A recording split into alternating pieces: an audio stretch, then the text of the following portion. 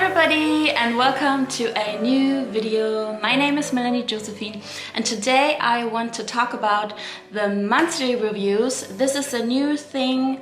I started doing this with my friend Amy in the beginning of the year, and today I would like to share how this has changed my life and also how I have incorporated this in my life. How are we doing this?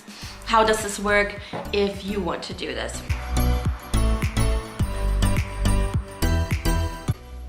So first of all, I'm going to explain why we're doing this, how we're doing this, and then in the second part of the video, I'm going to tell you 5 things that have changed since I'm doing this. I can only speak for myself because I don't know how it's changed Amy's life, but I'm assuming in a similar way.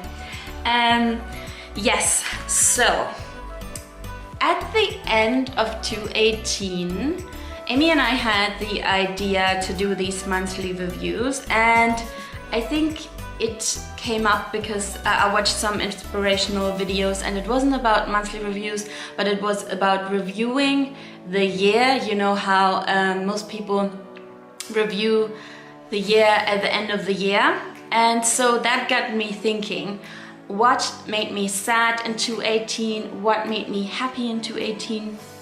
And so as I thought about it, I was thinking, why don't I get a notebook? It could be really any notebook. You can just buy whatever notebook you really like. I would say buy something that you really enjoy writing in, that you really like the look of, and that you really value, because this will become a real great source of value. And also because now we're in May, it doesn't really matter when you start this practice if you want to do it. It just matters that you do it. Yeah, I think sometimes we procrastinate because we think, oh, this and this I can only do at this time of the year, or I should wait till then, but actually most of the time, just do it. Dr. Joe always says, now's the new later. And that's very true. Yes, so as we started, we both got ourselves this little notebook, and we wrote down, what made us sad and what made us happy in 2018. And then we thought about the habits that we wanted to cultivate in 2019 and what we wanted to achieve. So that was the part looking over the past year. And then as we started the monthly reviews, so basically we're reviewing the months, each month at the end of the month, and then in the beginning of the new month we're meeting up and we're talking about the previous months, which really has helped in a lot of ways that I'm going to talk about later. Amy has a few other categories than I do. I always change my categories up just a tiny bit to adjust to the month, because obviously life always changes and things happen, different things happen, and so yeah, I changed it up a little bit. But as I went through my book just now, I realized that the categories are mainly these that I'm going to tell you now. So mainly what I'm writing about at the end of the months are 1, the breakthroughs of the month, 2, the achievements of the month, 3, the challenges of the month, 4, the learnings, 5, the people, 6, realizations, and I do a part where I write about general realizations and then also meditation realizations, because I do a lot of meditation, and what am I grateful for this month. So those are my categories. And a new category, I've only just started this last month, is who do I want to be in the next month. So doing a bit of a look out of what do I want to achieve and who I want to be in the next month.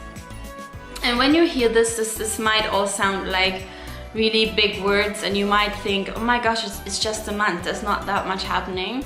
But I think if you do this, what you come to realize, at least this is what I came to realize, that there's a lot more happening in 1 month than one might think, or the months just kind of passes us by, and we don't really realize all these things if we don't write them down. At least this is how I have felt with this experience, because ever since I've started to do these reviews, I just came to realize that there was just so much happening and so much to appreciate and so much to learn from. And if I don't take a day per month to think about these things, to write them down and to share them with my friend, then a lot gets lost. A lot of the learnings get lost if I don't do that.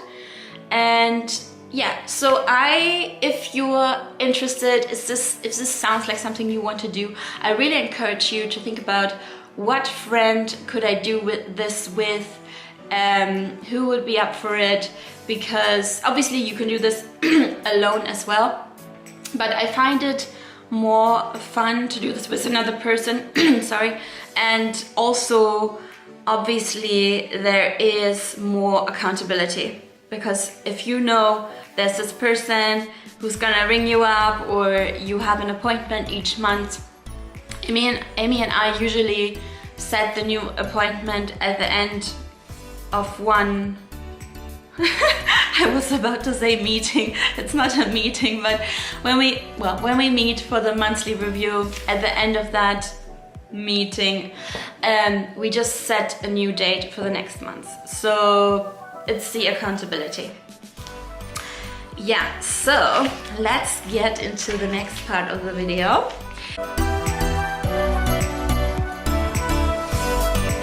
So how has this helped me? How has this changed my life in a way? What I've noticed are 5 things. 1, it's made my friendship to Amy deeper and stronger, because usually we would actually meet once per month for like a coffee or a drink or dinner. Who cares? But we would just, we would do what people do. We would meet, we would say, oh, hey, how's it going? And then, yeah, we would sometimes talk about deeper things. Sometimes we would talk about lighter things, like whatever came up. But with the monthly review, as it is a lot more structured, I would say I find out a lot more about what is really going on in Amy's life, as well as she is finding out what is going on in my life, and that has really strengthened and deepened our friendship. So if you have somebody who you think might be interested in doing this, and you feel like this is a friend I want to be closer with, I want to make a deeper connection, then this is a really great thing to do. Then 2, it brought more clarity into my life. So what does that mean? It's what I've mentioned before, that when I sit down at the end of the month and I write things down, I really think about things more, and in that way I get a lot more clarity. And also I would say that it is such a relief to write about the months. It is such a pleasure and such a relief, and it comes with so many realizations and clarity. Then 3, I think 3 is one of my biggest points, because so point 3 is I live with more intention. And when you live with more intention, I would even go as far as say you enjoy life more, because if you don't set any intentions in your life, you're kind of just floating about. And when you set intentions for your life, you reach more goals, you get more done, you feel more of a sense of accomplishment.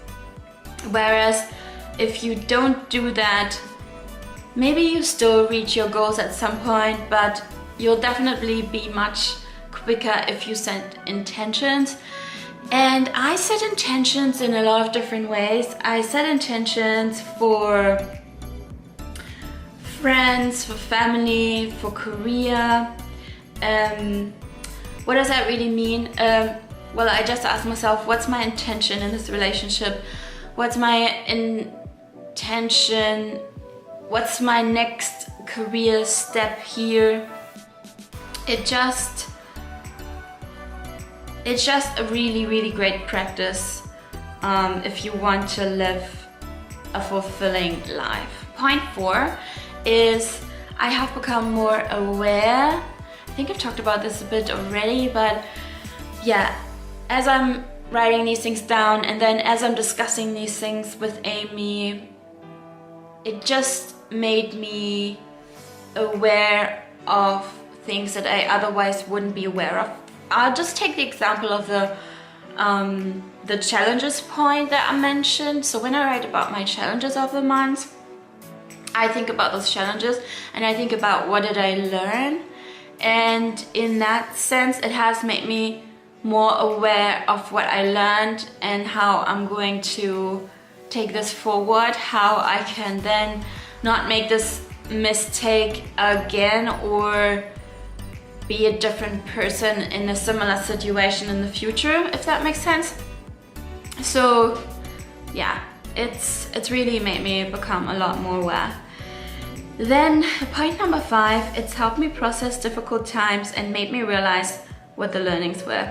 Haha, I just said that. Yeah, so there you go. But it really, I just want to elaborate a little bit more on how it's helped me in difficult times.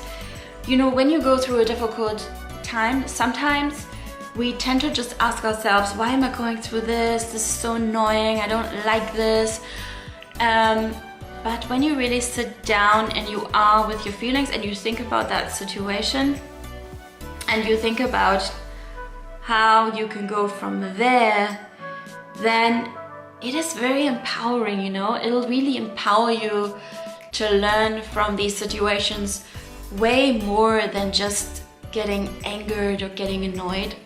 I also noticed that in the beginning of the year, I wrote a lot more about things that annoyed me and that frustrated me than I do now. And not that things never anger or frustrate me now, but I think that because of this practice, it has really helped me to deal with situations in a different way. And that's why I want to encourage you to find your partner for this awesome practice. And like I said, you really don't have to wait till the end of the year. Just find somebody now and do it. It's really good fun and you learn so many things. And yes, that's basically all I wanted to share today.